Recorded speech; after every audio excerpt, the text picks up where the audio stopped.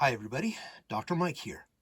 This is part 4 of my ongoing series of tutorial videos about the Korg Wavestate. As I said in our last part, the detailed exploration of wave sequencing 2.0 that lies at the core of the wavestate has been broken into 3 parts.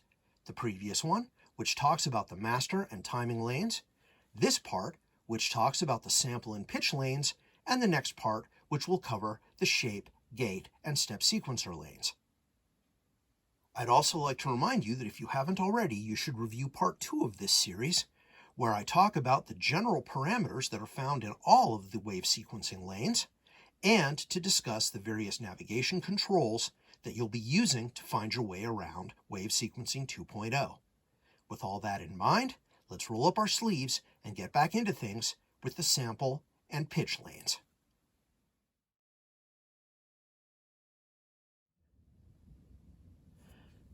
Next up, we have the sample lane.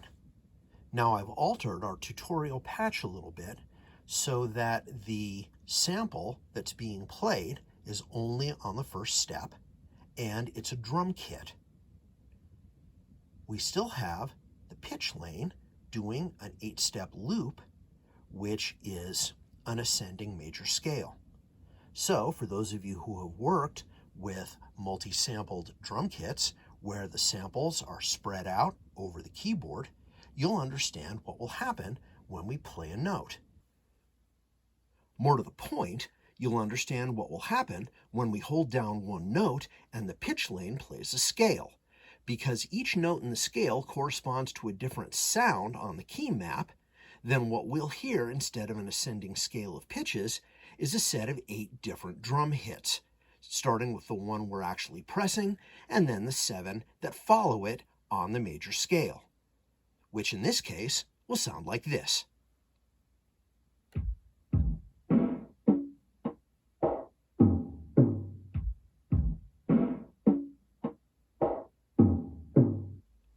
That's the sort of behavior you would expect when transposing the pitch being played causes a different sample on the map to play. But if we change this parameter from affects sample map to only affects pitch, then, as you might gather, we hear the one sample which is assigned to that key. However, it's transposed in actual pitch by whatever the pitch lane is doing. So now, when we hit that bottom note, which is a kick drum, we get this.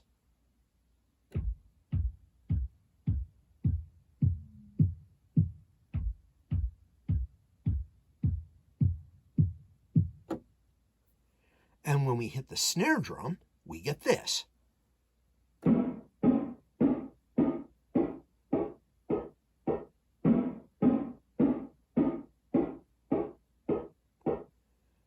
It's a pretty straightforward application once you've had a chance to hear how things actually work. The next parameter we're going to play with is on the sample lane step page. It's called fixed pitch. The idea here is that when you play back certain multi-samples, sometimes you'll have a particular sample on a particular key, and you're going to want that sample to always play back at whatever pitch it's set to. In other cases, you're going to want where you play on the keyboard to transpose the sample so that you get melodic sound depending on what you play. What this control allows you to do is to take those two kinds of behavior and apply them to things where normally they wouldn't apply. Original is the default setting. It means that the pitch map will play back however it was designed to play back. In this particular case, with our drum kit, the original setting is identical to having fixed pitch turned off. In other words, all of the pitches on these drum samples are allowed to do what you would expect them to when you feed them an octave of notes, like this.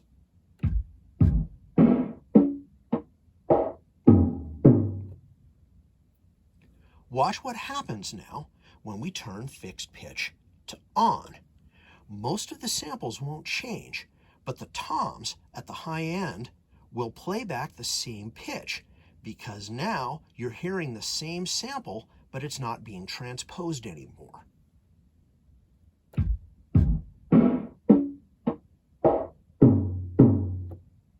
Those last two notes, right?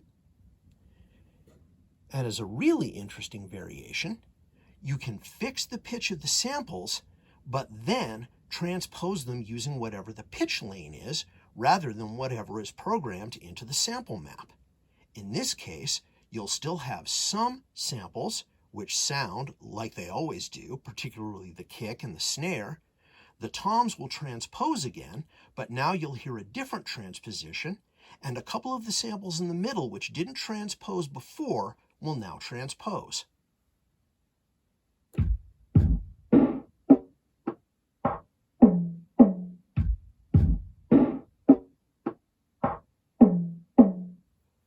It's a pretty radical difference, and when you play around with different maps, you'll find that the fixed pitch control can give you all kinds of extra timbres and sounds that you previously couldn't have accessed. The other parameters, which are controllable for each step in the sample lane, depend on what kind of a sample you select. For instance, the channel selection up here is only active if you have a sample chosen that's stereo. Those samples can play back in stereo, or you can select the left or right side of the sample. Now, it should be noted, this doesn't pan the sample in the stereo field. You're just selecting which side of the image you want to play back in mono.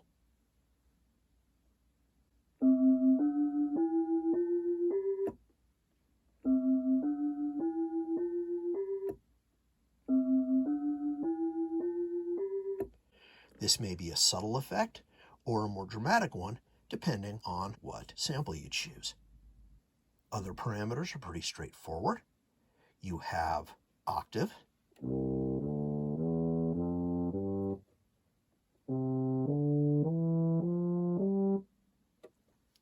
semitone,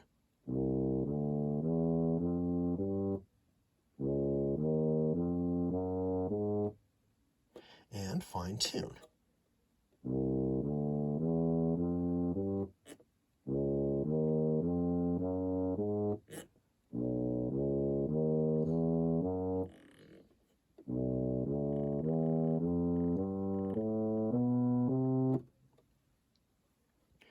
Trim allows you to back off the volume of that particular sample for that particular step.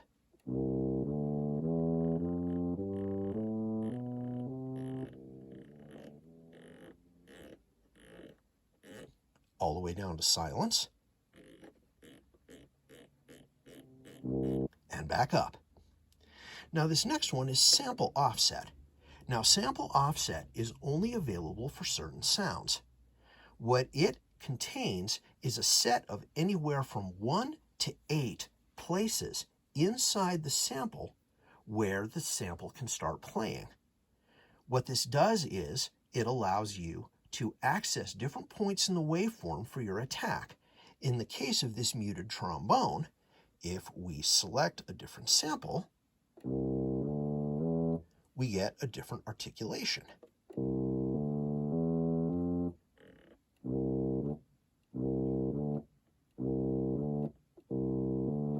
Pretty easy to hear.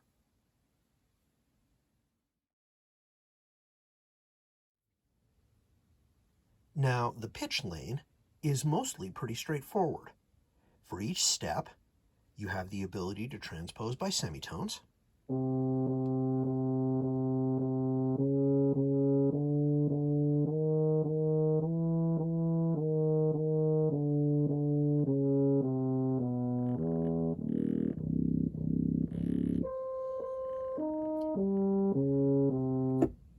Which has a range of 2 octaves in either direction.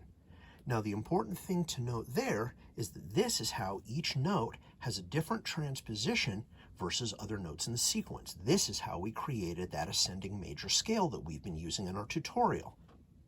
Now, the tuning parameter is slightly different. It does have a range of plus or minus 12 semitones with control down to 1/100th of a semitone or a cent, And the reason why you would have this in addition to your transpose value is because sometimes if you're working with pitch maps, drum kits, or whatever, where you need to get a particular tonality out of a particular sample, regardless of what the transposition is, the tune allows you to pin it down for any particular step. What it sounds like is just like it sounds like for any other transposition, but you have finer control.